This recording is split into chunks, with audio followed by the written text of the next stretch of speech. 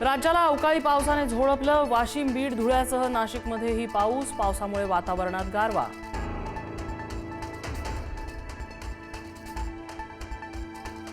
पुण्याला गारपिटीसह पावसाने झोडपलं। बाणेर, हिंजवडी, मावळसह पिंपरी चिंचवडमध्येही पाऊस। अनेक भागात पाणी साचलं।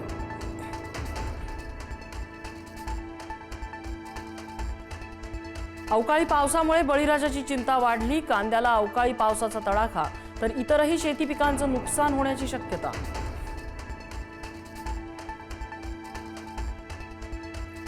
भाजप नेते मोहित कंबोज यांच्या मुलीच्या वाढदिवसाला आदित्य ठाकरे गेल्याने चर्चांना उधाण।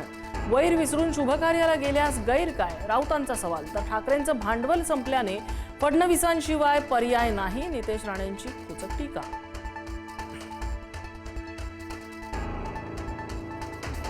खरातच्या ऑफिसमधून एसआयटीने केले महत्त्वाचे पुरावे जप्त।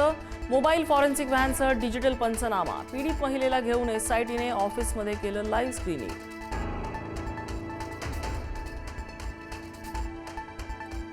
खरातचा शालार्थ आयडी घोटाळ्यात सहभाग असल्याची माहिती। केसरकर शिक्षण मंत्री असताना भावाला शालार्थ आयडी मिळवून दिल्याची माहिती। केसरकरांनी मध्यस्थी केल्याच्या चर्चा।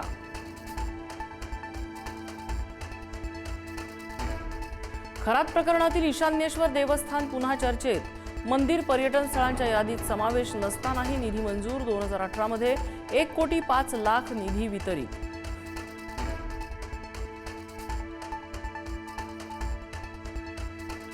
खरातच्या शस्त्र परवान्याबाबत धक्कादायक माहिती। खरातकडील शस्त्र परवान्याची 12 वर्षात पोलीस दप्तरी नोंदच नाही।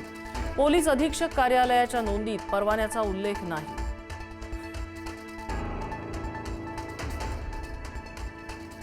खरात प्रकरणात एसआयटी चौकशीसाठी रुपाली चाकणकर उपस्थित राहिल्या नाहीत।